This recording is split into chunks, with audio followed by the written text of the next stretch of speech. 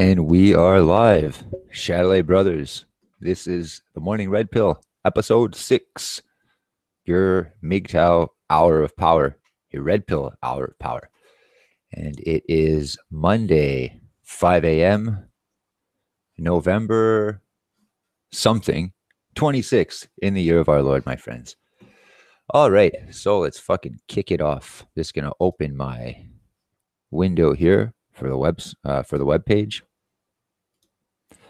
Cancel my voice, and just so you guys know, my light in here is not working. No, it's not just a bulb.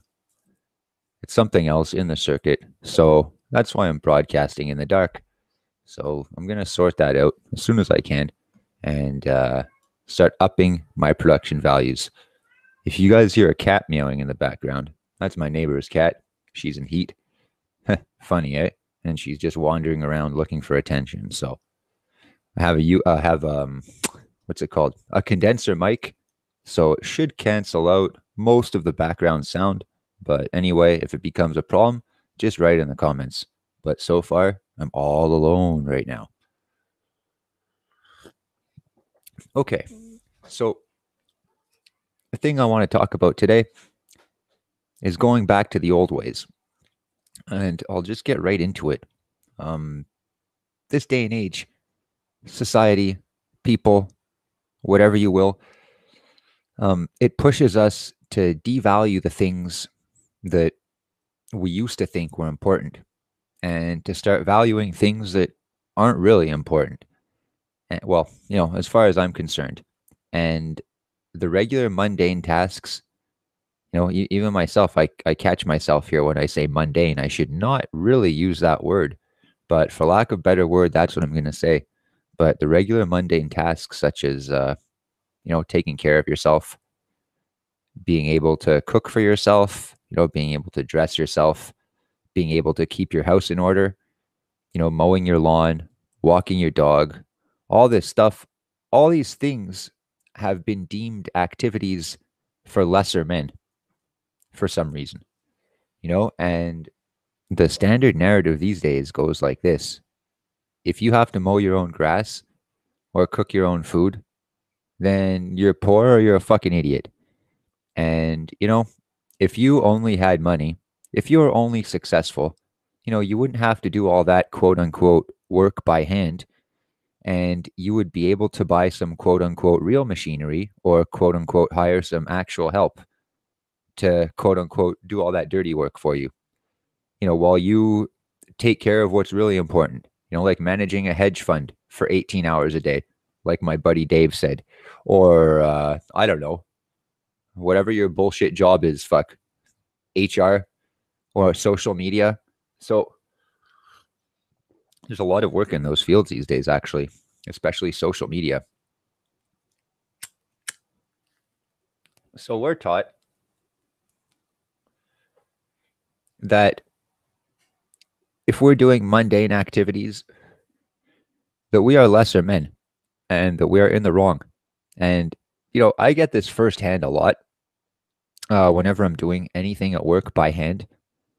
There are a variety of tools for every job, and there are hundreds of different ways to get the same result. But anytime I bring out a hand tool, to do lighter work, usually the preliminary work, it almost always starts by hand. Some of these customers, man, you should see the looks on their faces. The stupid shit that they spout after. They say, oh, you don't have a gas-powered chainsaw? Or, you don't have one of those, what? No, I don't have a fucking laser, bitch. And look, you don't use a chainsaw to fucking cut a blade of grass, that you can just pluck up with your hand. No, I'm not going to start a 15-pound chainsaw that creates like 150 decibels of noise. Again, just because you want the peace of mind of seeing that I own automated equipment. I'm going to choose the best equipment for the job. And whether that's, a $2,000 chainsaw or my bare hands, it all depends on what the actual job is. My old boss, who's dead now, rotten piss, you piece of shit. This guy used to pride himself, on having the biggest and best equipment, but he didn't even have a fucking wheelbarrow, and he didn't even have a ladder. And every job he had to fucking borrow either a wheelbarrow or a ladder from the customer or from a neighbor. And, this is shit that nobody knows about because this guy, according to all the customers, he's such a fucking cool guy. He's such a great guy. And he's so successful because he has big machinery, and he shows up to every job in a giant fucking bucket truck.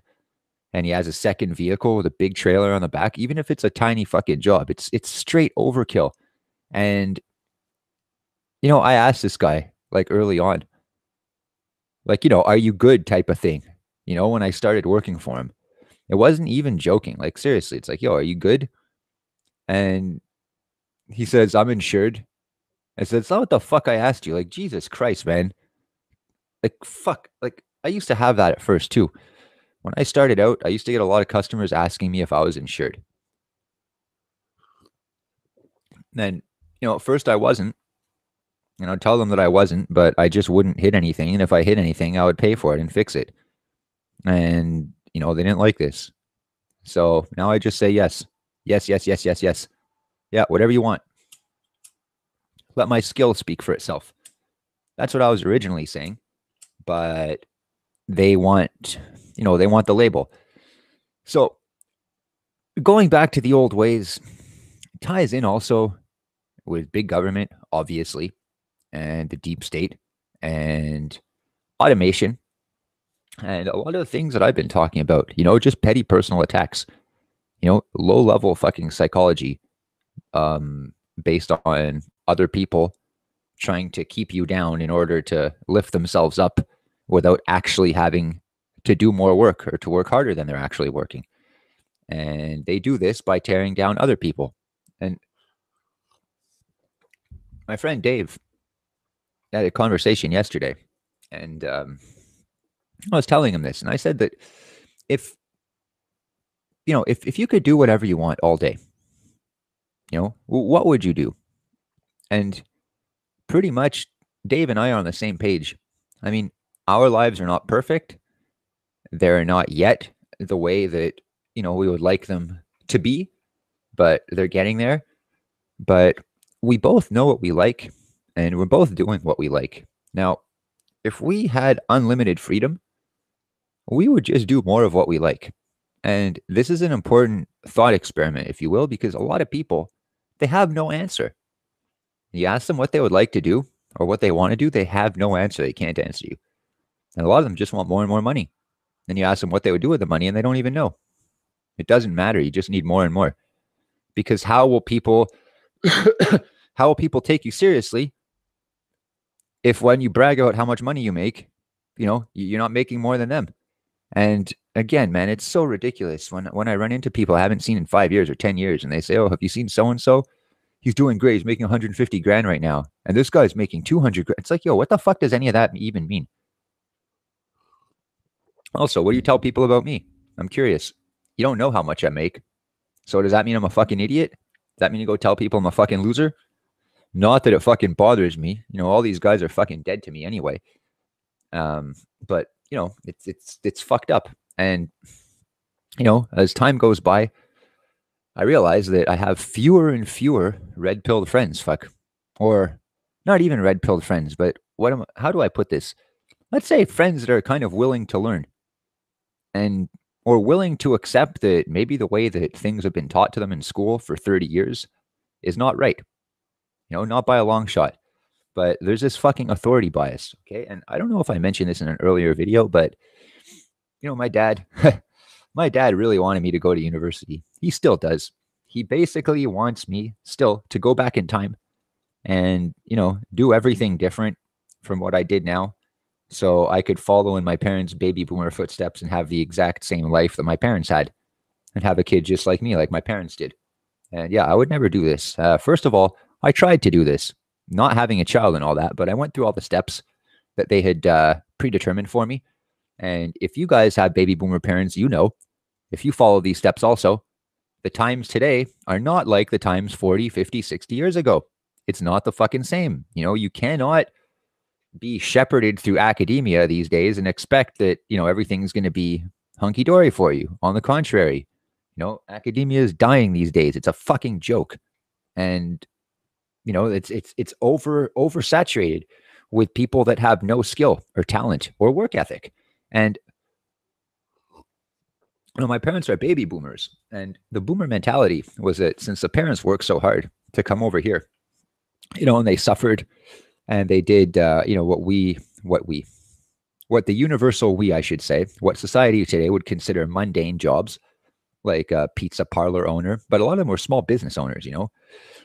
Some of them had to work in factories, like my grandparents, but a lot of them, they opened their own businesses, and they either took a business that they already knew how to run in Europe and they reestablished it in the States or in Canada, or they opened a new business depending on what they could do, and the demand dictated by the market. And you have a lot of first generation immigrants that did very hard jobs, either for someone else or for themselves, and it was all about paving the way for their children. And the whole point is, to spoil their kids so they don't have to work as hard as you do.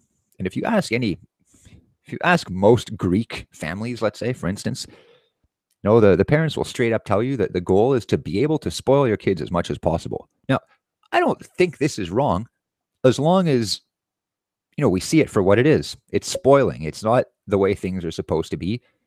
I'm spoiling you, son or daughter, so that you'll learn.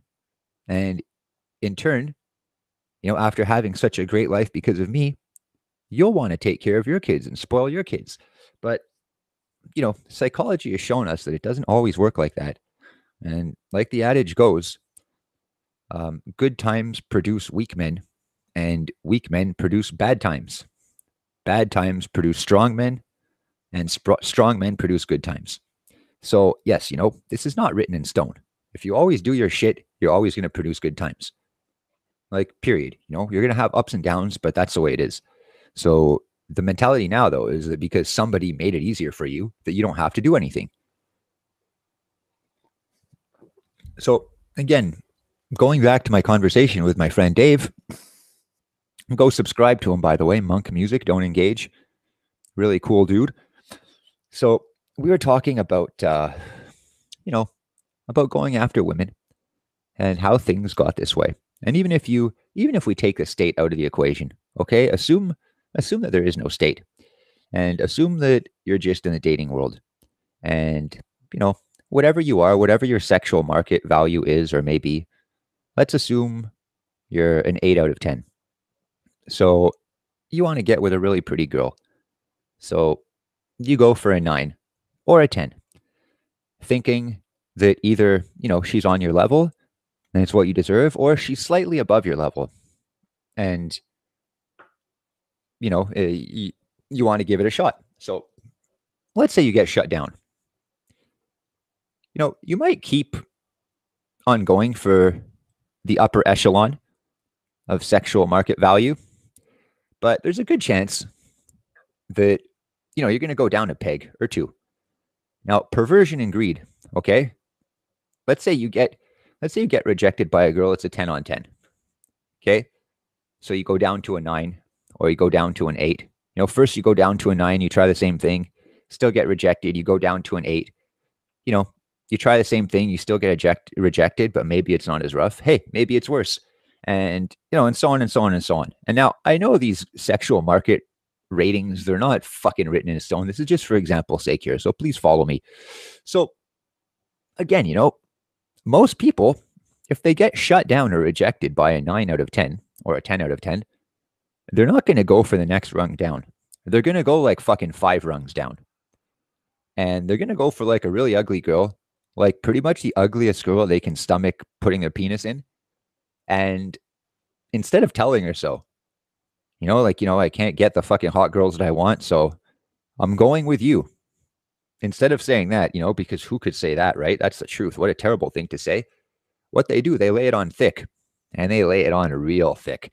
Doesn't matter how ugly the girl is. It doesn't matter how stupid she is. It's, you're really pretty, and, I'm so attracted to every inch of you, even the inches that you don't like. Oh man, I've done this shit in the past. I'm not fucking proud of it. But yeah, I was a wee lad, live and learn. And, I've done it maybe once or twice with varying results. But man, the shit that I see today, people are doing it all the time, all the fucking time. So imagine what it does.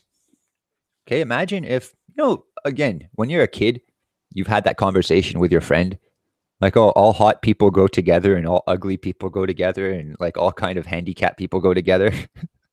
It's just the way it is. Like if you're missing an arm, you're gonna find a nice girl with a missing arm. And if you're ugly, you're gonna find a girl, another big nose girl just like you, and you're not even gonna notice. Like, yeah, okay. Wishful thinking. But it could kind of be like that. The way it is now is that everybody deserves everything. Okay. Everybody is so entitled and no one is willing to work. And, you know, I, uh, I've done my shit. I've done my due diligence. I've had experiences with women, never really any relationships. Not to say I never put my dick in them, but I avoided relationships because I'm fucking smart, at least in that sense. But okay, I forgot what I was talking about, other than how smart I think I am for avoiding relationships. But yeah, give me a second here.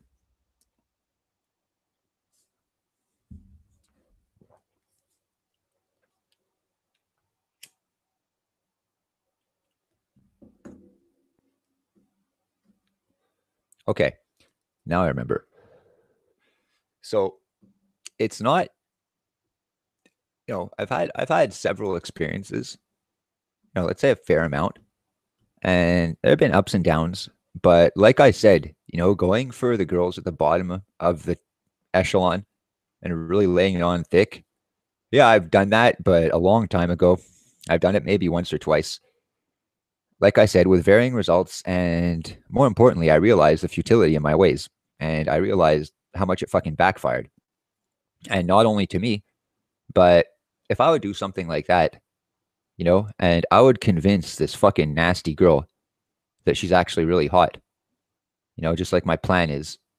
And, my whole thinking, let's say, if I consider myself a 7 out of 10 and this girl is like a fucking 3, if I convince her that like she's actually hot and she's worth something, and I convince her she's at least a 7 or at least an 8, that that'll put any concerns of hers at ease, doubting my sincerity. Because if you go up to her and, you're clearly like way out of her league, like, I don't know, man, maybe she'll be grateful. But if you tell her something that, I don't know, just doesn't make sense, like if she's fat and you tell her she's really fit and you're actually like a really good looking guy, she might question your motivation. She might not, though. She might just jump into the fucking sack with you. These days, the latter would not surprise me at all.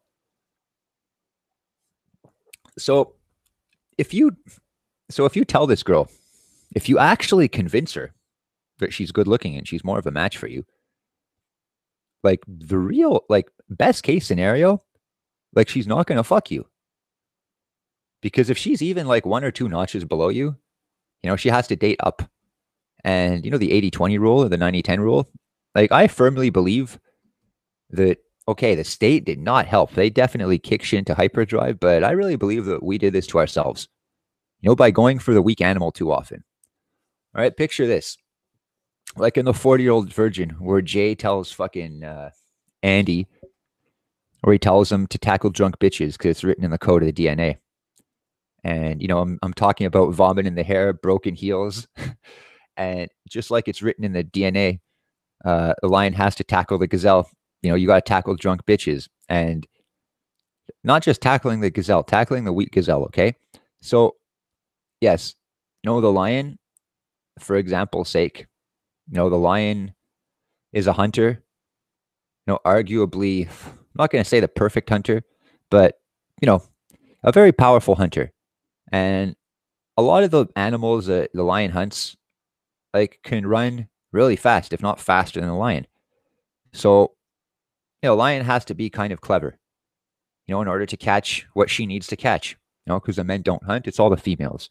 So no, I'm not glorifying female nature here, but just please follow me for example's sake on this one.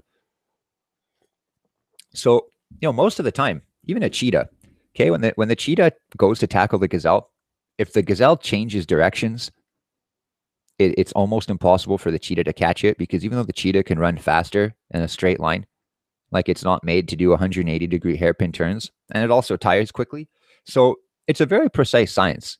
So naturally, like the slowest animal at the end of the herd, that's one that's going to get picked off first, easy target. So at the same time, though, like the cheetahs still, or the lion, whichever animal, like they're still a very capable hunter. And, even though no matter what, they always pretty much catch the weakest animal, even if it's not the animal at the end of the herd, like the animal they catch for whatever reason, whether it slipped or whether it tripped on something or whether it was too old or whether it was too young or too slow, ends up being the weakest because that's the one they catch. So imagine if they were like us, okay? Imagine if you had some fucking lazy lion or cheetah saying that, you guys are all really stupid because instead of going for the fucking animals at the front and ending up with something at the back, and you have to manipulate the whole pack and everything, I'm just going to go for the animal at the back and I'm going to catch it all the time. And, this might work, in the short term. But what happens is that this hunter that's deliberately, only focusing on the slow becomes slow itself. I mean, think about it. How could it not? If you're no longer running after or alongside the fastest animal, you're only training hard enough to catch the slowest. Like, what do you think is going to happen to your skills? Okay. And so that's the first part. Now, the second part is that what if all the other cheetahs start thinking like you? So all the other cheetahs slow down. They stop fucking jogging for practice, let's say, follow my example. And they say, yeah, all this running is just a waste of time when all we do is end up catching the fucking wounded animal. So let's just wait until we find a wounded animal. And then, we'll just catch them and it'll be easy because we do it every time. So you're going to get a bunch of fucking out of shape, lazy fucking cheetahs. And they're going to be hell bent on doing nothing but getting the absolute weakest animal, doing the bare minimum. And, the rest of the fucking herd like runs free and has their pick.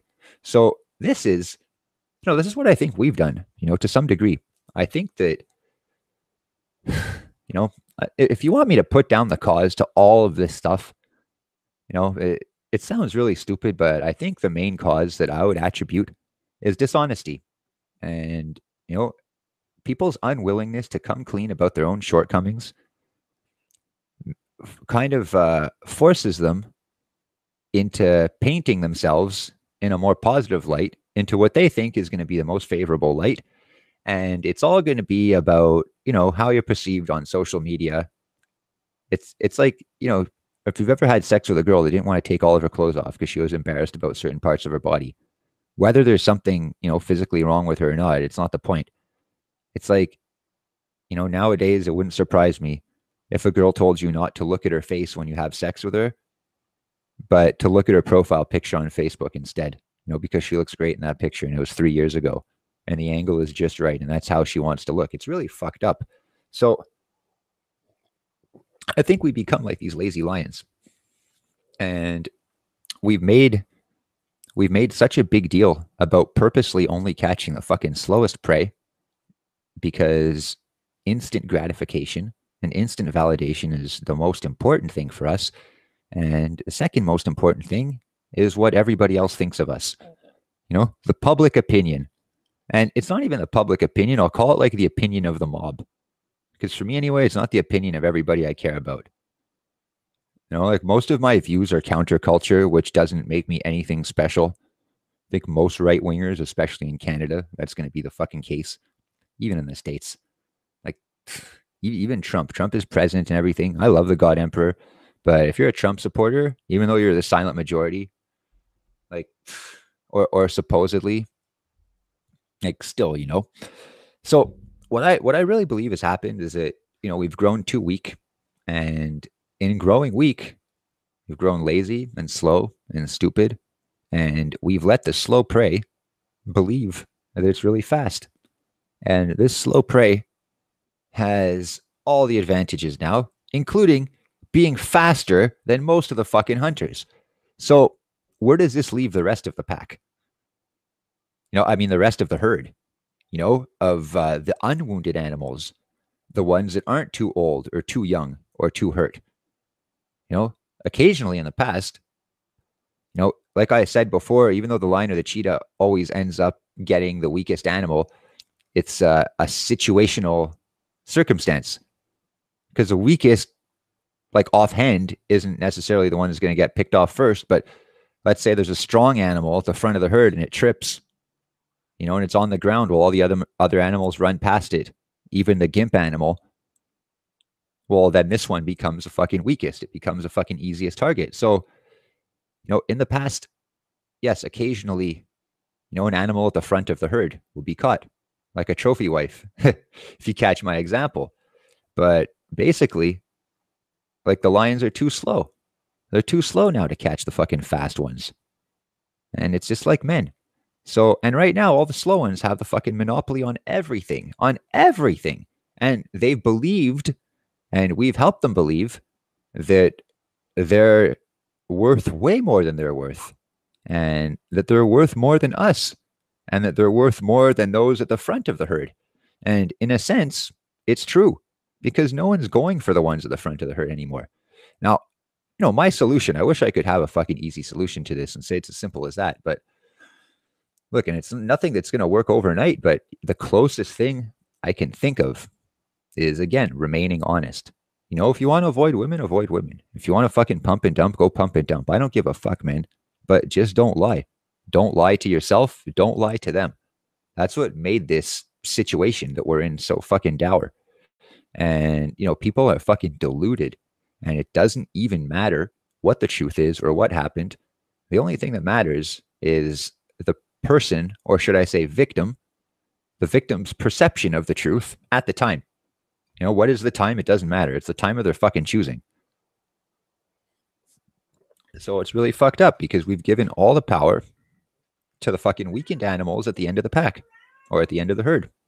And it's completely our fault. Now, the state gets involved. Obviously, this doesn't help. And it starts giving victimhood points. And everything is out of whack, because the incentives are all over the place. And the incentive to succeed isn't there. And it's fucked up, okay? Because I'm the type of person that, every job I've ever had, I've always shown up early, and I've always started early, and I always wanted to do a good job, and I always took pride in it. And it didn't matter if I was getting paid by the hour or by the job. I'd always try to do it as efficiently as possible, try to finish as quickly as possible. And when I'm done, I want to go home. I don't want to stick around and waste time. Like, I have better shit to do, fuck. And if someone were to pay me just to sit on my ass and run out the clock, I wouldn't do it. I'd rather be doing anything else, fuck. Like, for free. Like, I don't give a shit about money. Seriously. I think that also, like what I mentioned at the beginning of the video and the title, going back to the old ways. Money is a fucking sham. Like, money should be a universal type of measuring stick, I guess. So if we have different goods or services and you want to attribute a common value to each one, or let's say you need one of my services, but you don't have anything to trade. You're not able to cook a meal for me in exchange for the tree that I cut down for you, then you can pay me for the tree. And then I can spend that money on something else that I need. But now, the only thing of value as seen by us is money. And it's not even money anymore. Money, or should I say cash, currency, that's completely being fucking thrown out now. Everything's going to be digitized. And like I was saying before, that frustrates me. If you haven't seen someone in 10 years and they just talk about money, they don't talk about skill. This is so fucked up. They just talk about money.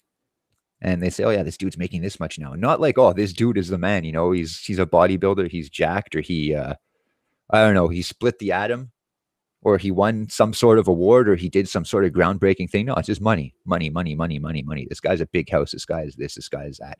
Like, are you kidding me? But like, what's he like? Like, is he a good guy? Fuck, is he funny? Is he cool? Would I want to hang out with this guy? Could I work with this guy? Could I learn from this guy? Well, I don't know any of that. He just has a lot of money and he has 5 cars. He's a fucking man. It's like, are you fucking kidding me, man? Like, what about skill?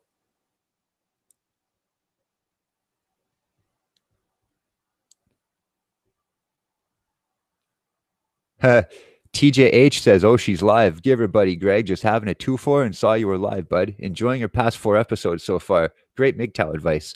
Thank you, bro. Thank you. Means a lot. Anyone that's fucking passed by on these streams, the crew from last week, like, I want to say thanks. That was really fucking cool. It's really cool that you guys fucking tune in. And for whatever reason, you want to hear what I have to say. I want to interact with you guys too. And the more you guys talk, the less I have to. So, got 2 soldiers in the box this morning. As Chris Cantu likes to say. And probably going to get more views later. But anyway, big fucking deal if I don't. The guys that are here, Chatelet, I salute you. So, yeah, man, going back to the old way. Oh, yeah, by the way, TJH, what time is it there, by the way? I'm just curious. So, what I'm talking about here, going back to the old ways. Like, it's tough to fucking explain in like a sentence, but I think you guys get it. Like, I think you do. I think that personally, I can't speak for everyone, but I became way happier and way more successful when I started focusing on the basic things. Like what another thing that pisses me off, online on YouTube, I watch a lot of like fighting videos and stuff. I used to box and do Muay Thai a little bit. I'm still a little bit interested in it, but oh, cool, man. Yeah, TJH, 2:30 a.m. over on the West Coast, BC. Cool, man. Cool. Yeah, so like, I like fighting sports to some degree in that.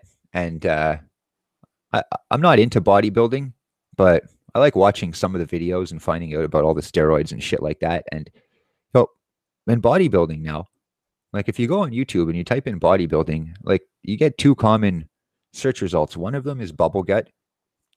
And the other one, which is from, I don't know, it's from a bunch of shit. But I think basically it's from too much human growth hormone, which basically makes everything grow in your body, including your insides.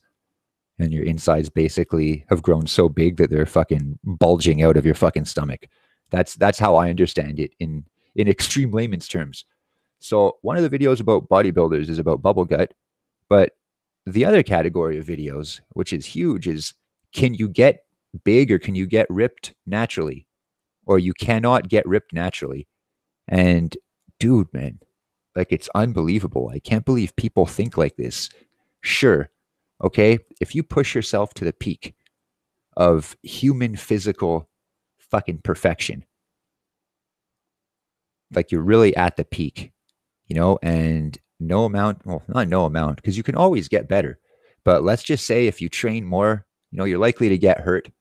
And every time you look in the mirror, like for whatever, like this is just hypothetical. Let's say you look in the mirror and you're happy with the way you look, like you're really happy. And, beyond that, you're shredded, you're jacked, you're massive, whatever your goals are. Let's say, you're at the very end and no matter what you do beyond that, it's really hard for you to get results either way. Because again, the margins you're playing with are paper thin. And when you get to a certain point, I think in anything, the learning curve changes in angle, and, you might not progress as fast towards the end as you did in the middle. And the beginning might be slower. I don't know. It's different for different things. But my point is, and not that I condone this, but let's say you push yourself to really the peak of human capability. If at that point you're considering taking a steroid or something, to push yourself even further, because you're at the top and there are these other guys at the top with you. And, no matter what you do, it's just basically going to be a cosmetic fix, and you're really wondering, I almost understand in that case, like the need to fucking pump yourself up with something unnatural. But this is my main gripe with these guys. If you're nowhere near peak human physical condition, then you have no right to even fucking consider taking fucking anything. because that's it, man. It's just a fucking shortcut. TJH says, put in the work and have the proper diet and protein intake. You can gain a fair amount. The thing about bodybuilding is everyone wants to be big, but no one wants to lift heavy ass weights. Absolutely fucking right, my friend. You hit the nail on the head. That's what I think. It's a quick fix. And, you know, instead of saying like, oh yeah, you know, the road is long and grueling and it's a lot of work. Yeah, 5-minute abs. Yeah, we live in the age now, TJH says, of now, 5-minute abs and all that shit, instant gratification. And it's true. Like, I'll give you an example. Like, I used to know this guy. Let's call him Twinkie because he's a fucking Twinkie. And he's got a brother. Let's call his brother Tenderflake. So Twinkie and Tenderflake, the Cuck brothers. And they really are Cuck brothers. A little background on these guys. One of them, Twinkie, he was dating a girl for 5 years. And they each gained 50 pounds during the relationship because they became complacent. And I would ask this guy, like, yo, dude, man, why don't you work out? And he would complain that his girlfriend was getting fat. And I would tell him, like, yo, dude, man, lead by fucking example. Like, get yourself fucking fit because you're a fat, doughy piece of shit right now. You're a fucking weakling. So get yourself in shape before you fucking criticize your fucking girlfriend who's doing the exact same thing that you did, by the way. All she's doing is following your example. And yeah, get yourself in shape and then see if she follows. And if she follows, great. And if she doesn't, then fucking dump her for someone better because you'll be in shape. You know, you can do better. And he's like, oh no, well, you know, I don't want to do this. And it's a lot of work. And, you know, his constant line, his excuse line was that he had a physical job. Okay. And you know what this guy does for a job? He sells cellular phones and cellular phone accessories at a fucking kiosk in a shopping center. He sits on his ass behind a counter and he plays fucking brick breaker all day and texts his dipshit friends. And he gets paid $20 an hour plus fucking commission, you know, clearing $1,000 a week to fucking sit on his fucking ass, man, and go on social media. But he has a physical job. So because his job is so physical, he doesn't need to work out. But, you know, he still does his due diligence, you know, because he's a great guy. So he has this fucking ab workout video. No abs, obviously. No hint of fucking muscle anywhere on this guy, okay? And he's been telling me about this video for like 10 fucking years. And it's the greatest video because it just takes 2 minutes. It's a 2-minute ab workout. And him, his fat bitch roommate, they all do the ab workout. You know, they all do it like occasionally. And he used to always text me saying that, oh yeah, he did his ab workout video again, or he started doing another exercise. And it's the same shit. Oh, this is what they all say. Okay. He says, I'm getting really close to my goal. I just have 5 pounds of baby fat left to lose. Just 5 pounds of baby fat. Just no. What you think is 5 pounds is like 30 pounds, motherfucker. And hey, Gravy Bake, how's it going, bro? So he says, yeah, I just have the last 5 pounds to lose, you know? And it's like, yeah, I don't need your suggestions, Greg. He's saying, he's just telling me, he's like, yeah, I'm on my way there. And he even told me a while ago, you know, when he was when he was in the middle of one of his quote unquote intense workout phases, he told me that even though I had been exercising daily, you know, for ever since I was 17, he told me that in 6 months he would surpass me. And this was New Year's Eve when he was on ecstasy and he was fucking hammered.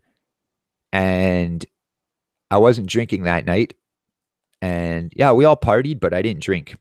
And him and his stupid friends were on ecstasy and everything. And I stayed over. I stayed over at the house till 10 a.m. making out with some stupid bitch fuck. And, you know, everyone was fucking cracked out there, you know, except for me. And I went home, and on my way home, my buddy, you know, he's like on his fucking ecstasy downer from taking like half a pill, like fucking 4 times in the evening. Wow. What a pussy fuck. You know, I don't even do that shit, but I mean, come on, man. Half a pill. Get the fuck out of here. Like, what, you smoke half a joint too? Do half a push-up, fuck? And yeah, he you know, this guy can't even do half a fucking push-up. So again, as I'm going out the door at 10 a.m., like New Year's Day, and everyone there is in a daze, he looks at me and he's like, remember, Greg? He's like, 6 months. I'm like, yeah, okay, whatever. So I went home and I went running, and like I did every day, and then I went to sleep for a few hours, and I woke up, and I did another little tiny workout, and I basically like started my evening. So I talked to the guy the next day, and I asked him, I'm like, yo, man, I'm fucking going like do a fucking workout. You want to join me or whatever? And he's like, no, but like I said, 6 months. So I said, yo, by the way, man, what did you do yesterday? And he says, what do you mean? I said, well, what did you do all day yesterday? And he says, well, he says, I did ecstasy the night before, so I had to rest all day yesterday. I said, okay, fair enough. You had a big night of doing drugs. You must be really tired, 2 days later, from your half pill that you fucking took. Fuck. So he says, yeah, I'm tired, but he says, lucky for me. He says, my immune system and metabolism, I think, is stronger than most people's. So I said, yeah, clearly, clearly, like you can tell that just by looking at you. So I said, yeah, and by the way, you could surpass me, I said, in 6 weeks, not 6 months. But I said, you don't have the discipline and your body will not keep up with you. And he said, what do you mean? And I said, well, look at it this way.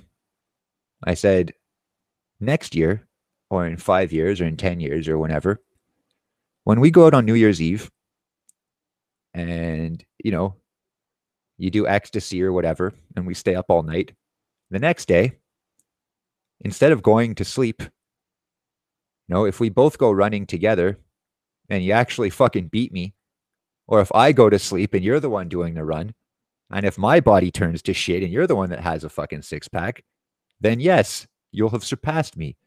But guys, man, this story is from 10 years ago. And okay, no, sorry, 8 years ago.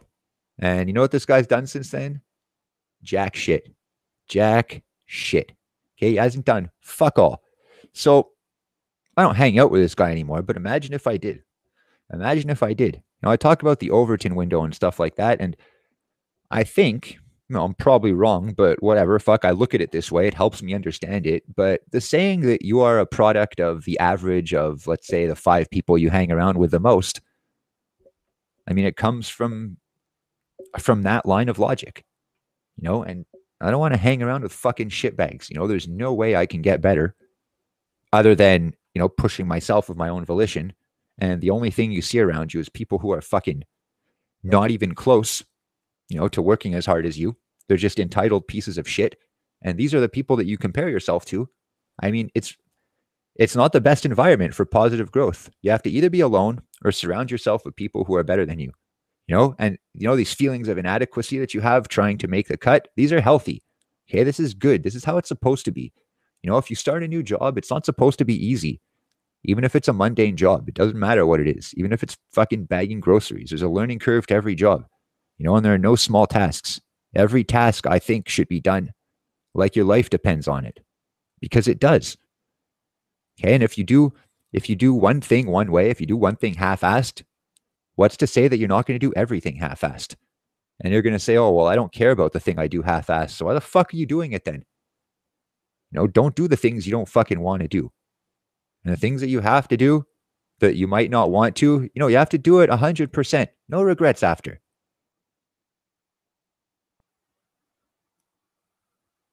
That's very well said, man. TJH, living the dream.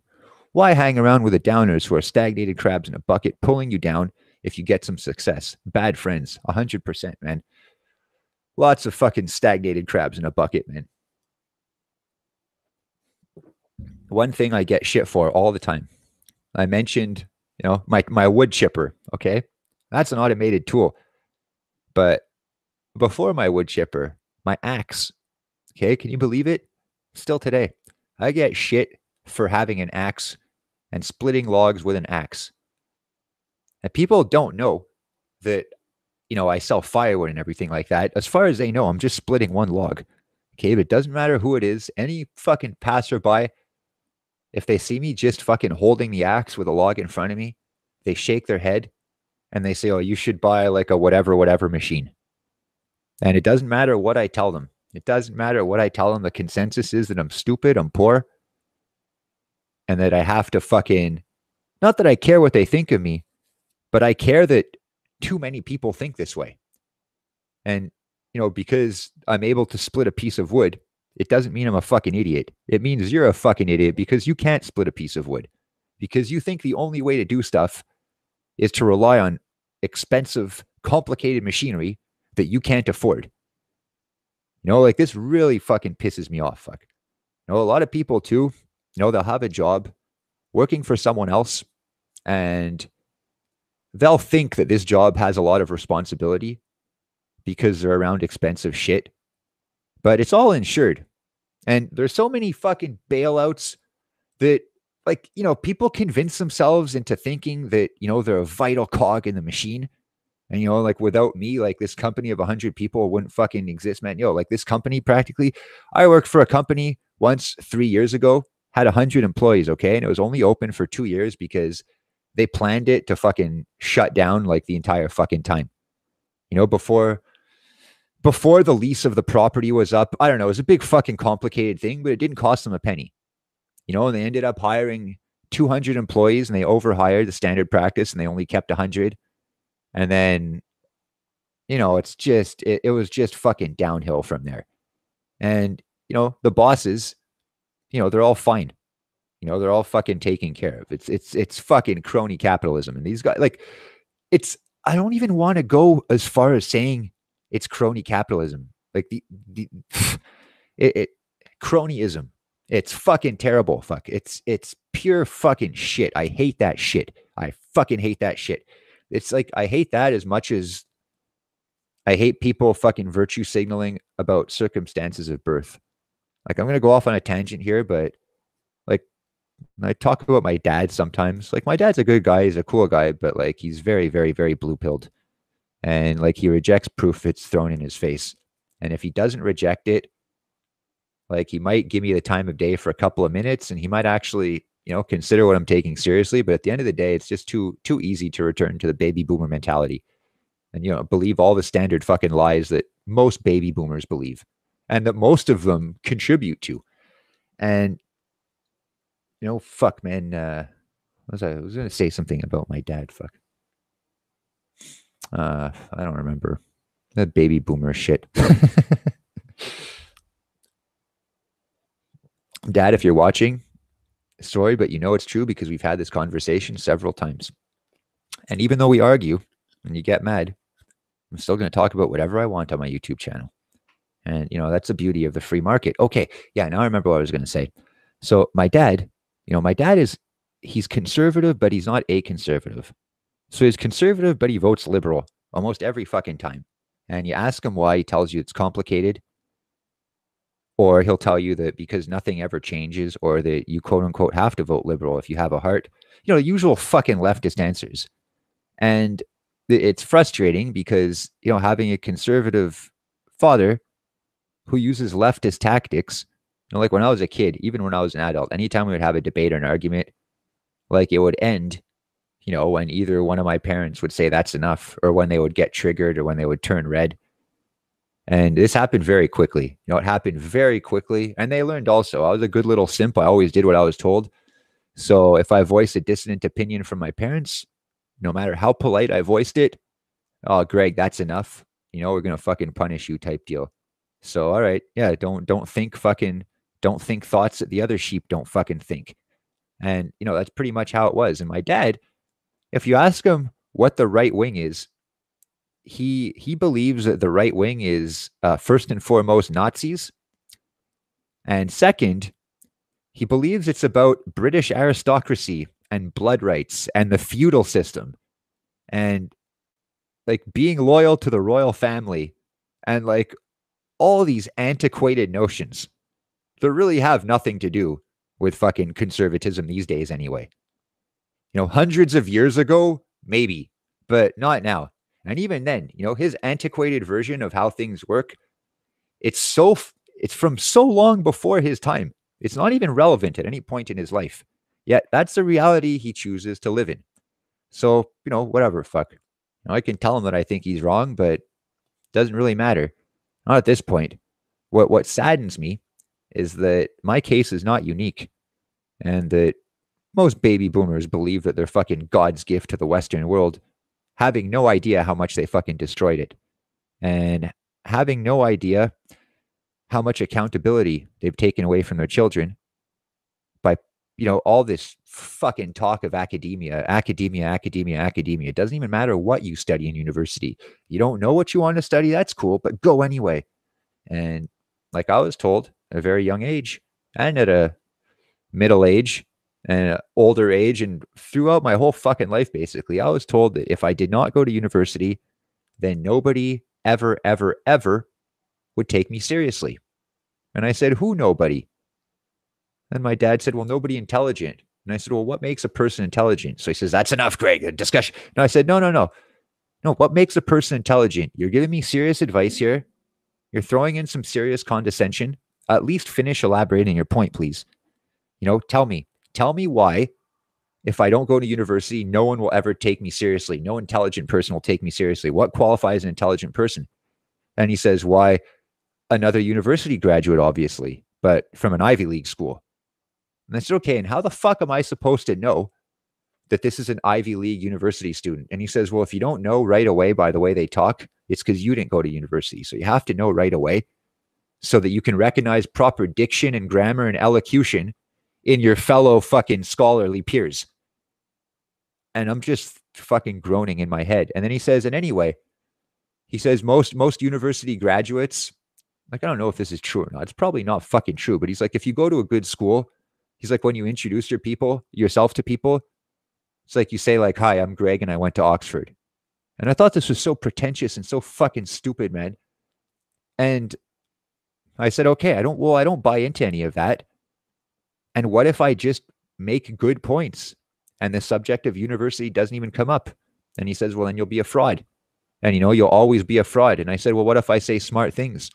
And he says, well, if you didn't go to university, then, you're always going to be a fraud. And the intellectual community isn't going to take you seriously. And then I said, well, if that's what it takes for them to take me seriously, who gives a fuck if they take me seriously? So, Greg, that's enough. You're going to university. That's the end of discussion. No, I didn't fucking go. But that was the logic. Go or else. Give me a fucking reason. And it's not good enough to say things that are true, smart things. If you say 2 + 2 is 4, well, where did you go to university? I didn't go to university. Okay, so it's wrong. Really? Is it wrong? Prove to me that 2 + 2 is 4 is wrong. Well, I went to university. Okay, you're right. How's that fucking work? And I like that fucking Tucker Carlson, Stefan Molyneux, and Ben Shapiro, they talk about this shit, that when they're in the middle of a debate or an argument with somebody, if that person has to use their credentials as a point, it's fucking null and void. It's invalid. It's not a fucking point, man. You have to fucking tout what you consider your experience to be in order to beat me, then you haven't fucking beaten me. Then you're fucking dead. Like, fuck you, man. Like, not even close. So, I think it's fucking sad that this is not unique to me. This happened to many people. And a lot of people are pushed down a path they don't want to go down. They don't even know why they're being pushed down this path. And it's not the right path. And it's doing so much fucking damage. TJH, full of fucking insight this morning, man. I really appreciate the comments. He says, if only we had a government that had half the balls of Trump and the way he is acting down there at the border, then this country might have even half a chance. I agree, man. This country's fucked. Look, I deleted my Facebook last week. But before I deleted it, I was part of like some fucking, 4chan type groups, like Emperor Trump's dank meme stash and like American nationalism, stuff like that. They changed their names a bunch of times, but it's cool, man. Like, cause they've, banning issues, but fucking cool and cool little groups, Trump effect and all that stuff. But there's a Canadian group, okay? I think it's called Canadian Group for Inappropriate Boys or some shit like that. And they're trying to be like Trump's dank meme stash. And they're trying to be edgy and everything like that. But man, these guys aren't even Trumpers.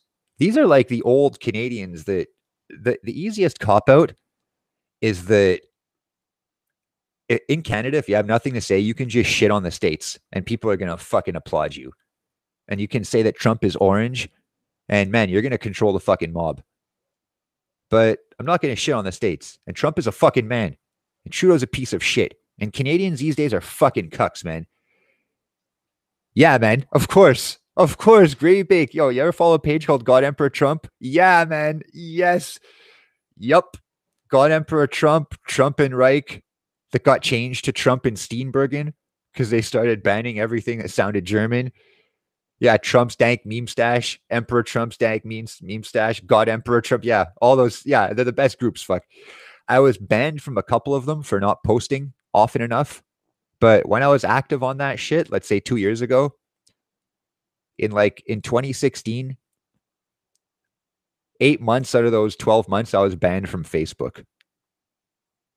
Yeah, I was, man. Yeah, I was, and Cult of Keck also. I I was there when that group fucking pretty much when it started. Yeah, it's crazy. It's yeah, part of fucking history, man. And like, man, like I really think it fucking helped. But yeah, so the Canadian version of those groups, man, it's so watered down. It's so watered down. I thought, oh man, it's gonna be guys like me here. No, not even close, man. Yeah, Canada takes every chance to shit on Trump. It's pathetic. Hard to watch a local news here. Gravy Bait got sent to book jail for sharing one of their memes to face. Yeah, me too, man. I know. It's fucking gay, man. And the disparity again between the Canadian and the American group, it's sad. The Canadian group, I mean, in the American group, it's like patriots and shit. And especially the young patriots, like millennials or even younger, like you guys snapping out of your indoctrination, like that's fucking tough, man. It's tough for anybody. It takes a while to fucking swallow, all of the red pill. Most people like they'll put a part of it in their mouth, the part about women or the part about whatever ails them at the moment, and they refuse to look at everything else with the same objectivity. So this obviously creates problems. So I think again, I think you have to be honest with yourself. You have to be honest with others. Can't lie. Can't lay it on thick to the fucking ugly girl because this strategy can actually work in the short term. But if everybody fucking replicates it, then, which they have, then everybody's fucked. Instant gratification. So what happens to the fucking hot girls after all the fucking ugly ones fucking dominate the market? Well, I don't fucking know. I have no fucking idea. The only sort of suggestion that I could say is that, again, if you're going to fucking pump and dump and you're going to fucking ugly bitch, then tell her she's ugly. And I wouldn't even advise this. I would recommend always, always, always shooting for out of your league. That's how we're going to do it.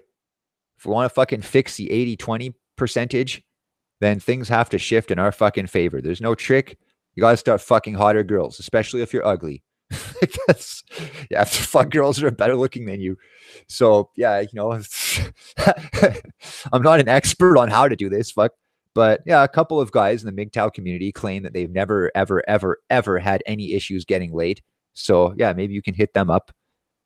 I had to work for it, like I think most other people, but that's cool, man. So we have more shitty weather today. It's been on a freezing rain and snow streak for the past week. More freezing rain today. So there's not a whole lot we can do. We can't really go anywhere. We can't drive. Roads are terrible. Can't use a chainsaw outside really because it's raining too hard. So we're going to finish laying the floor in our cabin today because we're almost done. And I went raiding in the pile of scrap metal in the backyard. And I believe I have enough scraps to weld together a portable wood stove. So I'm going to do that shit today. And I'm going to put that in the woods and test it out and see how it works. And if all goes well, either way, the rest of the week it's supposed to snow here. And I think we can build this structure by the end of the week, give or take, which would be really fucking cool. Really fucking cool. And it's some people, probably not you guys, but some people wonder, why are you building a shed? Well, it's not that. I'm going to try Grady Bake. I'm going to try to fully go off grid someday. I thought that's what I was going to do here, but it turns out I probably won't be able to. But it doesn't matter, man. I'll just go somewhere else, if I can't do it here. But for the time being, I'm still going to build. It's my first build. Mark and I are building it by eye. Yeah, and it's coming along really cool, man. I thought it looked like shit, but it looks pretty fucking clean, actually. Yeah, That's all things considered. No measuring. No measuring, because I did not want to bring a measuring tape and pencil and shit into the woods. I've seen some guys do that stuff, but I watch a lot of videos on it, and I've seen a lot of different methods. And a lot of the methods I see, they require a lot of backtracking and a lot of doing the same thing several times. So that's just what I'm trying to do on this build. I'm just trying to minimize the amount of backtracking and wasted time. There's no real deadline, but the sooner we get it done, the better. And it's not a huge project. It's like a 9x9 cabin. So it shouldn't take the whole winter to build. It should be built like in a couple of weeks, especially with 2 people. So we're going to concentrate on that this week, and we're going to do some fucking dry runs. And just the feeling, okay? The feeling of going into the woods with nothing, just basically a chainsaw or a handsaw or an axe, whatever, what have you, and, building something from scratch and then living in it, it must be incredible. Even if you don't live in it, even if you can just spend the night, even if it's just like a fucking playhouse for me, I don't give a fuck, man. You got to start somewhere. Yeah, and I would love to do that. I would love to do that full time. My goal, in case you guys don't know, but my goal is to keep doing what I'm doing now in terms of work and, fun. I like skateboarding still. I still want to skateboard, but I'm trying to reduce my monthly spending, down to zero. And that includes rent, and that includes either rent or a mortgage. And, even when people tell me, oh yeah, you can buy property, you can get a mortgage on some property, just declare your business and then show the bank how much money you earn. And they're going to tell you how much money they can loan you. And you can get a 20-year mortgage on like an acre of land. Man, shut the fuck up. I told you, man, paying $500 to $1,000 per acre. That's all I'm going to fucking pay, because that's a fucking going rate. I'm not paying a fucking penny more than that.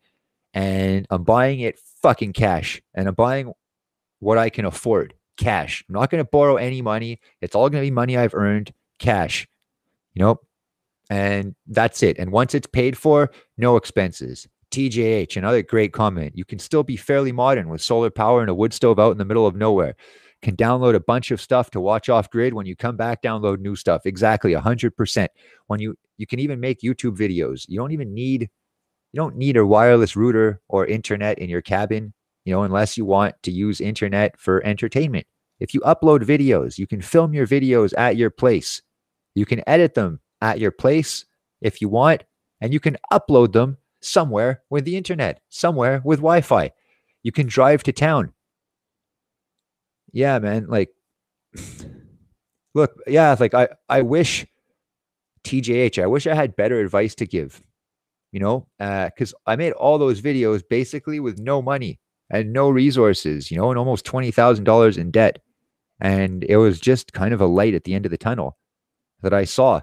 And, I wanted to let other people know in case they hadn't thought about that shit, because I never had before. When I started making MGTOW videos, I was doing a seasonal job. I was driving a tractor in the winter, clearing snow. And in the summer, I had my little side hustle, and I got by on little more than minimum wage for several years. And I was doing okay. I didn't owe any money. And, I could do whatever I wanted within reason. I just couldn't spend too much, but it was fine. My rent was low. My rent was under $400 a month, and, making $500 a week. I'm like, you're golden, fuck. Like, what do you need? I need new skate shoes every couple of weeks, a new board, I need gas for my truck, food. That's pretty much it. But my mistake was assuming that lifestyle was sustainable forever. And look, if it would have been, maybe I would have been happy, but that job turned out to be fucking terrible. And I thought at that point that I had it all figured out. And, even if I stayed in my apartment, even if I paid, $400 rent a month for the rest of my life, the gains outweighed the cost. And in the end, it was worthwhile because I'd still be making profit, but not really. And even if I still would be making profit, why not make $400 more, $1,000 more? Well, that's why you're working hard to own land and not be a wage slave, waiting in rush hour traffic, paying through the nose just to live, putting up with douchebags like your snowploy video idiots. Exactly, man. Exactly.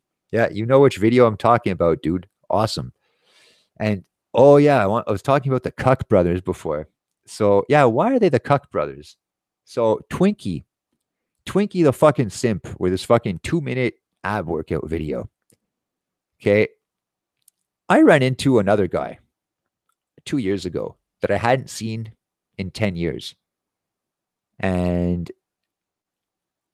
I just came out of Twinkie's apartment because I was chilling with him and his girlfriend one night, about 4 years ago. So I run into another friend as I'm walking out of the apartment that I haven't seen in like 10 or 15 years. And we we see each other and we shoot the shit. And he says, "Hey," he says, "what are you doing, in that building?" I said, "Oh, I'm just fucking chilling, with a friend." And he says, "Yeah," he says, I made out with some fucking Asian chick that lives in that building. So I'm like, "Oh yeah?" I'm like, "Is her name Connie?" And his jaw drops. And he's like, "What?" He's like, "How do you know?" And I'm like, "Dude, man." I'm like, "I was just at her house fucking chilling with her and her boyfriend." I'm like, "I know her boyfriend." It's like, yo, I known these people forever, man. I'm like, that's fucking funny. So fucking Connie's cheating on Justin with you. And he's like, "Oh, no, no, no. I mean, don't tell your friend." But I'm like, yo, I don't give a fuck, man. Like, you're both cucks as far as I'm concerned. And he says, "Well, what do you mean?" And I said, "Well, you're both cucks." I said, "You're willingly sharing a fucking woman with another man." And he says, "Yeah, but he doesn't know." And I said, "Exactly." I said, "And you do." So yeah, it's bad for him because like his woman had to fucking look elsewhere for satisfaction. But it's bad for you because you're knowingly sharing a fucking woman and you're not sharing a woman with like a good guy or something that could kick your ass. I don't know if that would make it better. You're sharing a woman with a fucking beta little bitch boy. Like, how does that make you feel? Like, because this is the way I look at it. I look at it as you cannot get your own food. So you have to take food off the retard's plate. Again, with a weakened animal. You see my point? Life comes full circle. So, yeah, he thought I'd fucking congratulate him for fucking breaking up a fucking relationship. But no, you're both fucking cucks. And the relationship ended a few months later. No, I never fucking told on him. I don't give a fuck though. Yo, it's up to you guys. Yo, fix your fucking relationship, man. Fix it. Like, and we even went to the beach one day and everyone went together. So my friend and his girlfriend went. My other friend that was like fucking around with my friend's girlfriend went with his girlfriend. And like it was a big, yeah, and they pretended not to know each other. Yeah, it was really fucking awkward for them. Funny for me, I guess. But man, they created this fucking situation and it did not happen overnight. It took a fucking long time, fuck. So much dishonesty on so many fucking people's parts, fuck. And, my friend that was bragging to me about making out with a Chinese chick, this guy already had a girlfriend. And, the other guy, he was complaining to me that his girlfriend wasn't fucking fit like she used to be, even though he let himself go to shit. But he wasn't going to start working out to set the example. And it's like, you know what? This whole fucking love triangle is square. You all deserve each other. Enjoy. Yeah, fuck you guys. Seriously. What am I going to do? I'm going to be like, "Oh, did you know that so-and-so?" Like, man, I don't give a fuck about any of these people. Fuck. These people are all fucking dead to me. And yeah, so that's what makes Twinkie a cuck. And that's what makes Julian a cuck. And Twinkie has a brother. Okay. And his brother is closet homosexual, but he says he's not, but he is. Okay. And like he does a Rocky Horror Picture Show every year for like fucking since he was 18. He's Rocky in it. But like, oh man, this guy has so many fucking issues. Mousy, small, apologetic, liberal.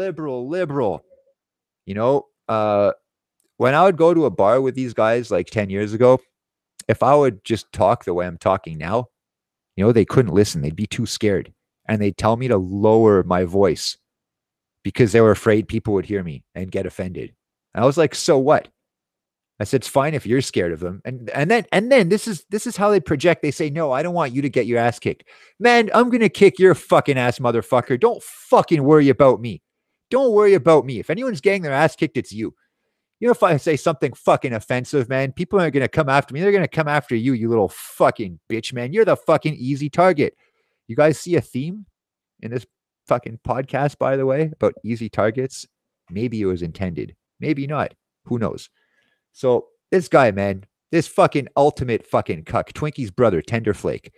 I even went to this guy's 30th birthday party, and this guy's been hung up over his ex for like fucking, one of these guys, he lies to his friends and he says he's going on dates with like new women, but he's just going out with his ex every time.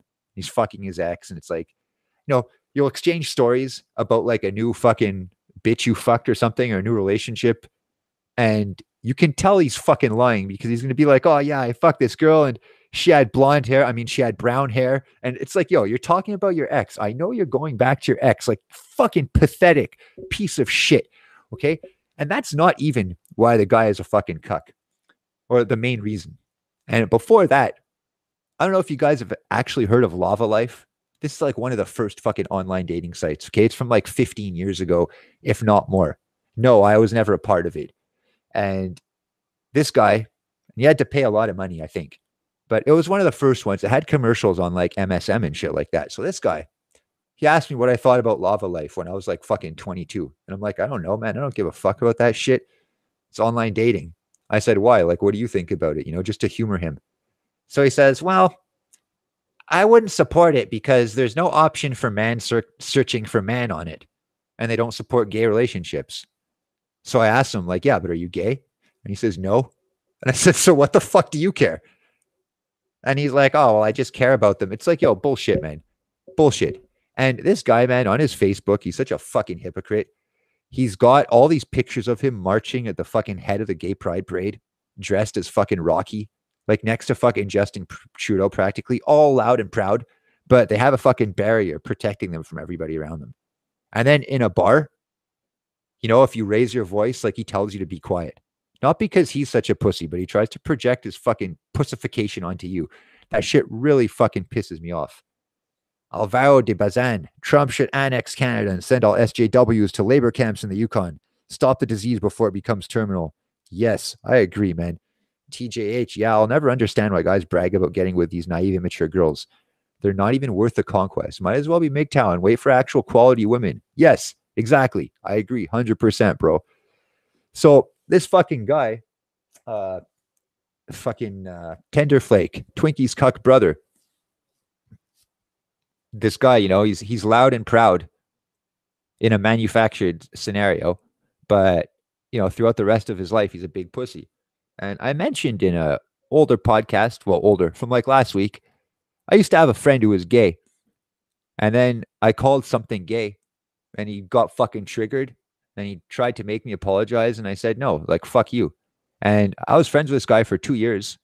Not that long, but, friend of a friend. And he was cool, man. He was fucking super fucking politically incorrect. I said it before. For Halloween, he handed out candy as a fucking blackface woman. Like, and then he tells me I can't use the word gay. Yeah, okay, fuck you. I'll do whatever the fuck I want. But this guy, okay, I had because and I met this guy through fucking Tenderflake. So I asked this guy, I'm like, yo, man, have you ever had the talk with Dave about like gay pride and shit? I'm like, why does he march with you guys, And then Josh is like, he's like, I don't know, man. He's like, because honestly, he's like, we don't need another short, fucking insecure, like, I don't know what the fuck I am person fucking representing our views or something. And I thought that was fucking hilarious. I really did. And this guy too, with his brother, with the 2-minute ab workouts, this guy fucking runs the Spartan race every year, and which I fucking can't fucking stand. Look, man, you want to do it, do it. That's fucking cool. But I hate all the fucking hype that goes with it. I fucking hate it.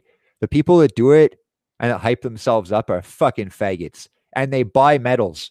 You have to buy your medal based on what length of the race you fucking completed.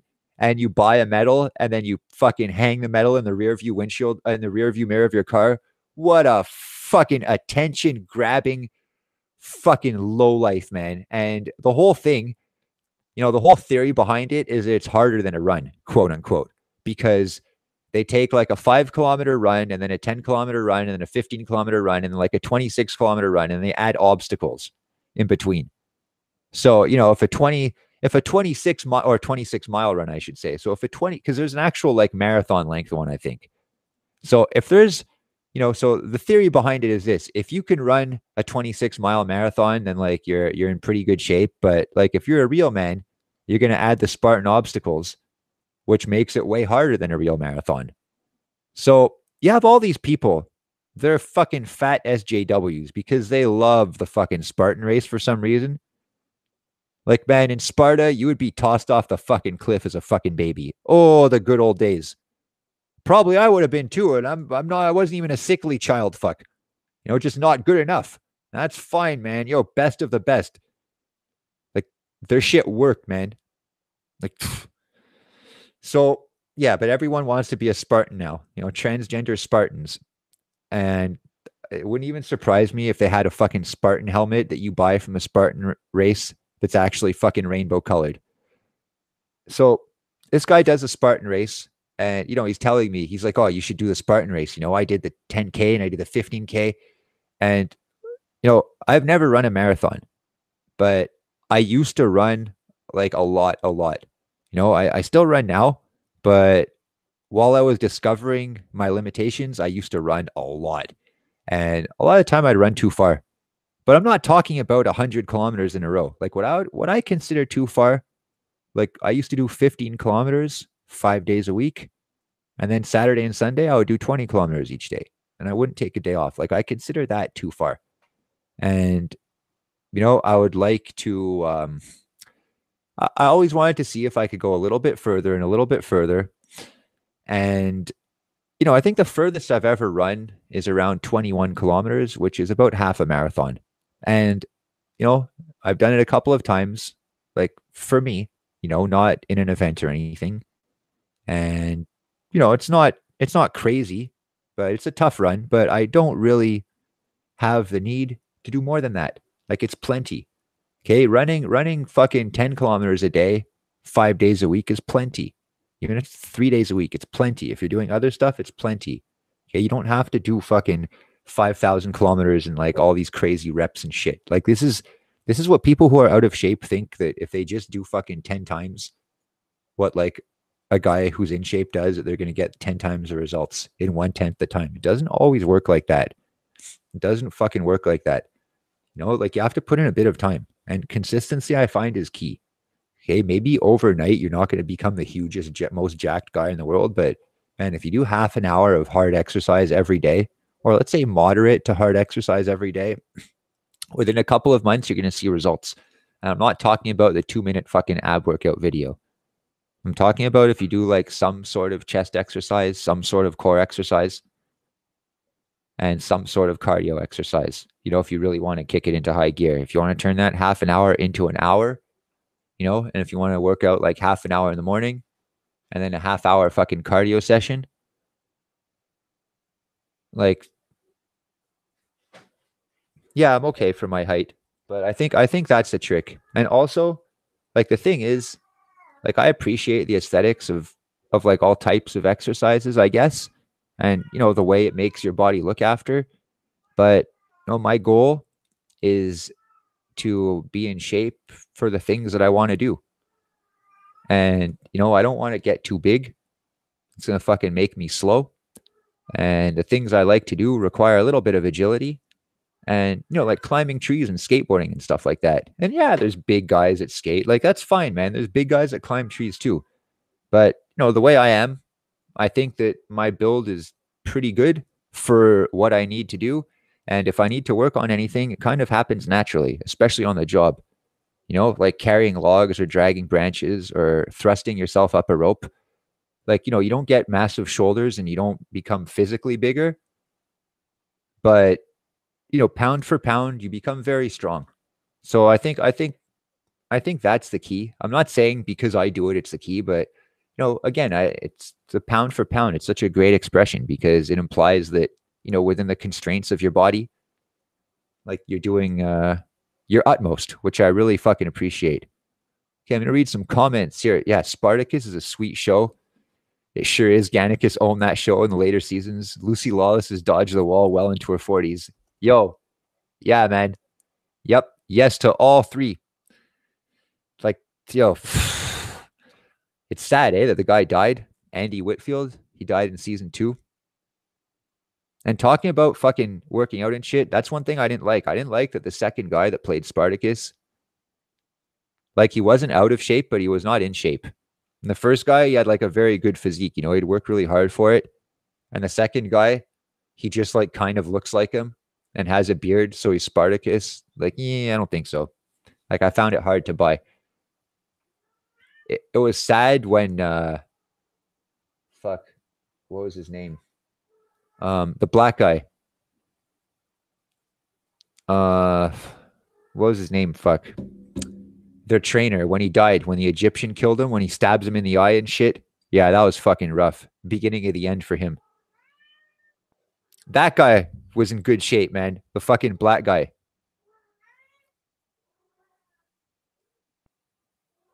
Yeah. Fucking cat in heat here. Fuck. Hope you can't hear it. Fuck. Yeah, Spartacus. Yeah, Spartacus was a good show. I like that show. Another show I like is Last Kingdom.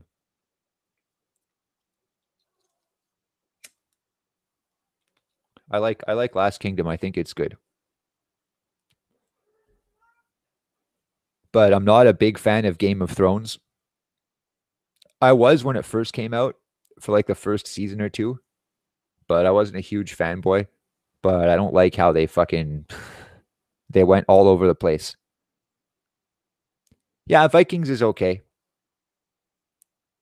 I find that Last Kingdom is kind of a ripoff of Vikings, but I like Last Kingdom's better. I lost patience with that show. That Uhtred guy's a mangina. That's yo, yeah, man. Like these guys too. Like what I don't like about these shows is that they appeal, especially Vikings, is that they appeal to the id of most people. Like uninhibited fucking conquest and stuff like that. And a lot of atheists like the show because in Vikings, especially, they shit on Christianity and everything. And like, oh, if your God is real, then he's going to come fucking save you right now. And then they slit the guy's throat. And that proves that God is dead. But, and the next sentence is, oh, yeah, it proves that the All Father Odin is, the real God. It's like, man, they have their own gods. They're not fucking atheists. Fuck. They're not neoliberals. They're fucking Vikings, for fuck's sake, man. They don't eat neoliberals for fucking breakfast. Well, probably not. Neoliberals probably taste like shit. Maybe the fat ones. I don't know. Who knows? Yeah, another show I really liked. It's like a fucking historical fiction, I guess, but nobody watched it. Is Marco Polo. This show is fucking awesome. That was a great show. Fuck, I think it was spectacular.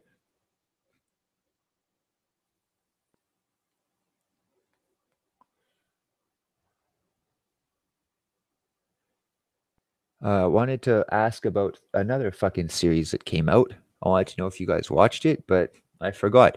Oh yeah, and what I was gonna say about Game of Thrones. One of the reasons I don't like it is that not just the show, but the books also, is that I would consider it liberal fantasy. And there's a lot of liberal fantasy out there. Like when I was a kid, I read well, a kid, when I was in my early 20s, I read a lot of books by this guy called Steven Erickson, who's a fantasy writer. But again, it's very liberal. Like there are very few things in black and white. Like it's very progressive. Like there's like homosexuality and stuff, and like there are lesbian couples in it. Like it's as if it's a fucking parody of like the world we're living in now, kind of. And I didn't realize this until later on, but I don't like shit like that. I don't like where there's supposed to be like a standoff, and two characters are supposed to fight, but someone that you never heard of in some faraway land casts some fucking spell, and like it turns out that this was this, and like, no, I don't like that shit. I like I mention it all the time, but one of my favorite authors is David Gemmell. There's another guy I like too, John Gwynn. He's really good. And they're not like crazy intellectuals, but for me they're inspirational. And their characters, it's like, when the good guy fucking fights the bad guy, even if they're both armed, they're gonna fucking drop their guns or knives and they're gonna fucking slug it out. Fuck. And like, I respect that shit. That's how you fucking solve problems. And, I call it conservative fantasy because, the author, all his characters, like the main theme is facing your problems head on, not running. Like there's a fucking iron code that the author uses in his books. And towards the end, he had cancer. And I guess you could say he found God. And he has his own notion of, I guess of Christianity and how he views the afterlife. And if you're told exactly how much time you have left to live, or how much time to expect, before you die, I can't fault somebody for finding or looking for, at the very least, spirituality. And I didn't know this, when I read a lot of his books, that he was basically dying at the time. But a lot of his characters, they come near death and they come back, kind of, or they die. And the way he portrays the afterlife, hey, Forestero, man, how's it going, dude? The way he portrays the afterlife, I want to say it's very believable. And I'm not saying I believe it, but it's fucking believable, and I really like reading about that stuff. Like there's yeah, some of those stories are all right for an escape at times if the writing is good. I've always been more based in politics and reality myself. Hey, TJH, have you ever read The Road Less Traveled? I'm curious. Or Outliers. I mean, I like fiction also. I like fiction, but that's because it inspires me. It inspires me to do my best. And when I used to box, I was always the first one there. Because I was the fucking worst. And that's how it is. Fucking, I wanted to eliminate any variables that might be holding me back. So I did my utmost. First in, last out, and first in, last out, and I practiced at home and I did my best. And I didn't want to be the fucking worst. I wanted to do my fucking best. And for a while I was still the worst. And eventually I started to learn. And after about 4 months, it started to kind of unlock for me. And I made some pretty good friends there. And it's one guy and I went out for lunch, after a fucking training session. And we're chilling in the park, like fucking eating our food or whatever. And he had asked me, he says, like how far did you run today, or what did you do? And I said, okay, well, I woke up at like 4 and then I ran like up the mountain, like 10 kilometers. And then I did my exercises, and then I read for an hour in the car, and then I went to Muay Thai. And then now I'm here with you. And then I have to go to school tonight. So he says, man, he says, it's not easy to do what you're doing. And he says, I just want to know, like, where do you get your motivation to do stuff like that? Oh yeah. And by the way, at that time, I didn't smoke weed at all for a year. And I didn't drink alcohol either, but I never really drank alcohol. It's something I could always take or leave. So, I was completely fucking sharp, completely on point. And he asked me like where I got the motivation or the inspiration to kind of live that way. And I said, well, all the people I look up to, I'm trying to mold myself after them. So he says, who are the people you look up to? Like Jean Chrétien or Pierre Trudeau? And I said, no, man. I said, they're all heroes in books. And then, man, this guy fucking flipped out at me. He flew off the handle. He flew off the handle. He started yelling at me that they were fictional characters. And I said, so what, fuck? And he says, well, you can't base yourself off a fictional character. And I said, why not? He said, just can't. He says, because there are no people like that. I said, yeah, it's because people are fucking pussies. And they're afraid to fucking step up and become who they want to become. And so what if I don't have immediate inspiration in real life, and I get my inspiration from a book or from fucking something? I don't know, man. You can get your inspiration from wherever. Fuck, it's not fucking wrong. Fuck you. I'm the one doing it. Like, as long as I'm the one getting up and you're the one sitting on your ass, like, as far as I'm concerned, fuck, no matter what I tell myself, it's the right thing. Yeah, Forestero just fucking, just doing some maintenance around here today. Another day, freezing rain. We can't do much. So we want to try to build our wood stove and, maybe do a bit of progress on the cabin in the back if the tree canopy in the woods can give us enough cover. But if not, it's just going to be a day of cleaning. Just going to be a day of cleaning. And I have a few people that called yesterday whose calls I missed for estimates. So I got to get back to them. And I'm going to check around on a couple of jobs that Mark and I had left for a rainy day. And today is that rainy day. So, we did some estimates this summer for some jobs that were a little too hard for not enough money, but we can still do them. It's just the payoff isn't great, It's just not great, and it's a lot of work for not that much money, but it's still not a crazy amount of work, and the amount of money is not so small that it's insignificant. So it's okay. Like, I'll give you an example, like one of these jobs that we left, because the guy told us we could do it whenever we want. It was to take down a tree, and the tree's around 40 feet tall, and it has to be climbed, and it's hanging over the guy's house and over the fence and over a propane tank. And I stupidly fucking told this guy that I would take down the tree for $350. But that's because this is the tree that I cut my arm open on. And that initial job, I was supposed to take that tree down and trim some other stuff in the yard. And I was supposed to do all that for $1,000. And then I decided very early on that I did not want to take the tree down because it would be too much work. So I would give it a trim. I would trim the rest of the yard, and I would charge the guy significantly less. And then if he ever decided that he wanted to take the rest of the tree down, then I would charge him the difference. But it was more just to get away with doing less and getting less money because I didn't want to I realized I'd undercharged, but I could keep that tree for like later on, So now, anytime I want to make $350, I can go take down that fucking tree. But it's kind of a big job, it'll take most of the day. And I'm going to need Mark's help. Oh yeah, man. Yo, people try to fucking shaft all the time, man.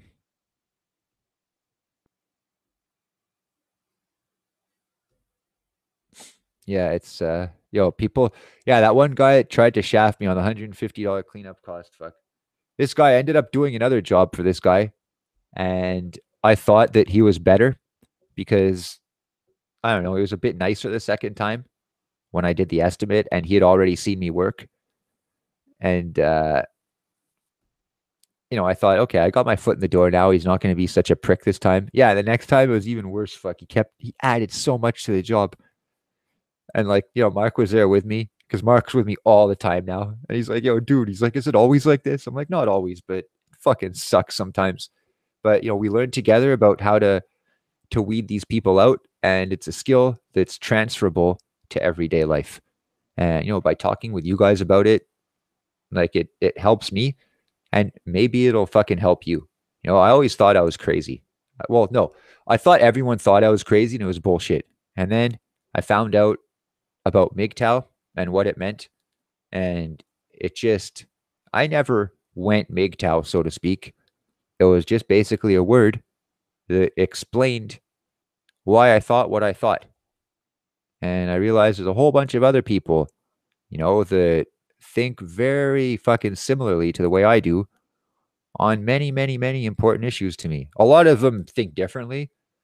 That's fucking fine, man. But, a lot of fucking like-minded individuals in this community, which, man, after almost, after 30 something years of going through life, being told, really being brainwashed, really believing that there is no one like you, and not because you're special.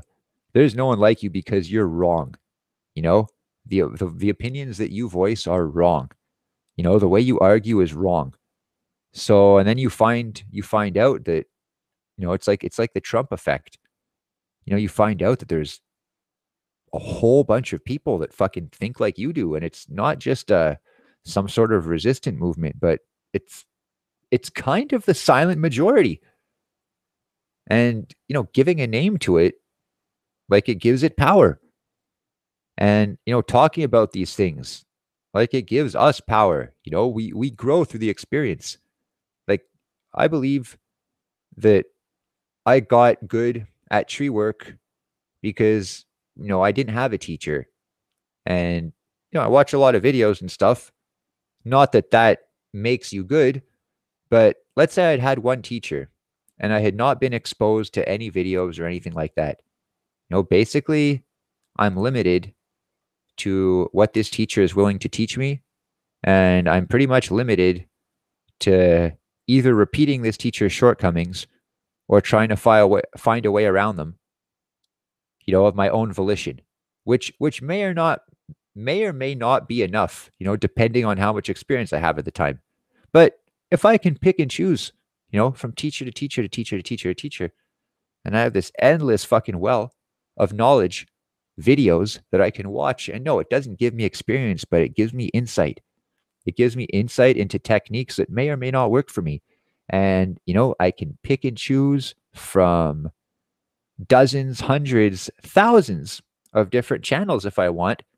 And, my technique, it's just, you know, it's just kind of a hybridization of what I've found out works best. And I think that if I had just had one source to draw on, then I wouldn't be, as good as I am now.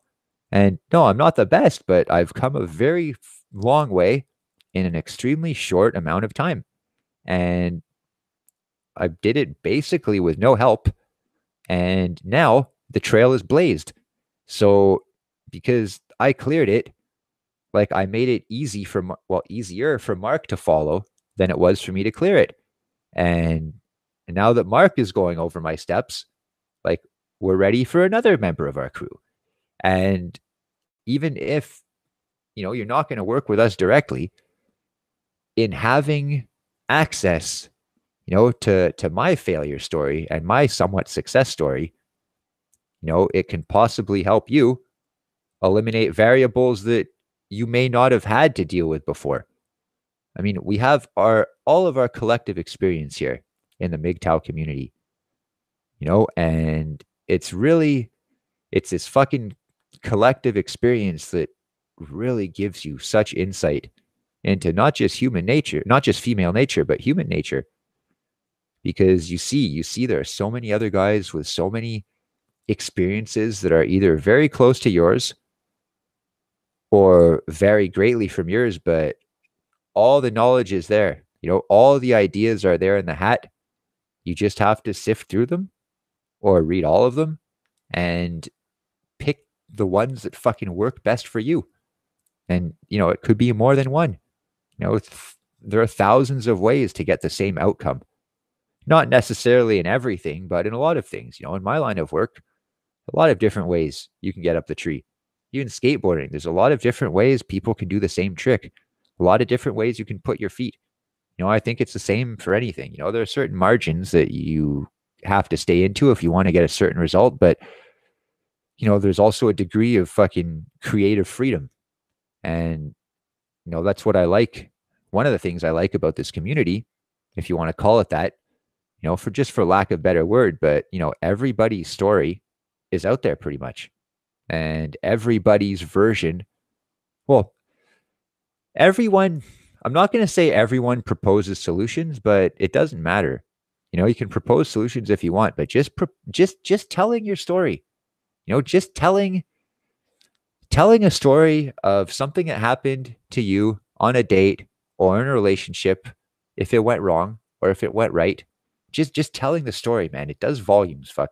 People will hear your story and they're going to come to their own conclusions about what they should do if they find themselves in a similar situation. So if you date like some crazy bitch, let's say, and she treats you like shit, very basic example, like all you have to do is talk about that.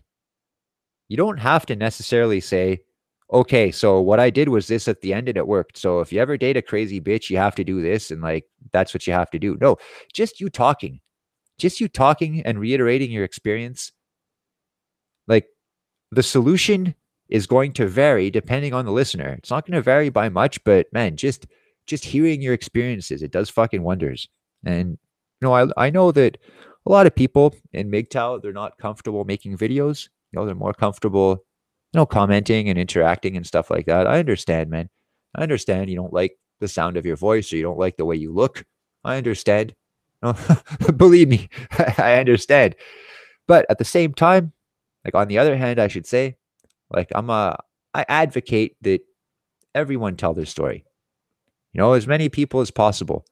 And at first, imagine the first MGTOW, if there was one. I'm sure there was. People are going to write in the comments like who it was or whatever. But imagine the first guy. Imagine the first guy to put these fucking ideas out there. Maybe he wasn't scared to, but he might have been. If you want to follow like rule of thumb, he was probably scared. He was probably scared to voice an opinion that was contrary to the status quo. And he was probably afraid of getting in trouble. And, if it's just one guy and no one to back him up, then yeah, he is going to look like the dissident sheep. But the more people that repeat an opinion, especially if they're able to justify that opinion, then yeah, man, me too. Especially if that opinion is justified and not just regurgitated, line over line over line over line, but you explain what you believe and why you believe it, and suddenly a whole bunch of other like-minded, rational thinking people pop up, and there's a new channel, there's another channel, there's another channel, there's another channel. And it used to be, can you believe this guy? Can you believe what he's fucking saying? What a ridiculous pile of shit. And then it becomes, the fucking mainstream. Like if all people learn, even if the word hypergamy becomes a fucking household fucking word, whether it's as a joke or a serious concept, like I think a lot of progress will have been made. And I think more people should know like what MGTOW is, even if they, have never seen a video, but I think they should know. They should know what the acronym is. And I think more guys should fucking come out as MGTOW who really are MGTOW. And I think they should fucking tell their fucking stories. And that way, they can't fucking look, man, they can't bust us all. They can't. And it's like Spartacus. I've seen that movie 6 times and I still can't figure out who Spartacus is. That's what makes that movie a classic whodunit. So I'm going to end it on that note. If you guys know what TV show that reference is from, leave it in the comments. Fucking bonus points. And I haven't done it today, but I'm going to do it. If anyone wants the responsibility and burden of being a mod, I got to give up some fucking wrenches one of these days.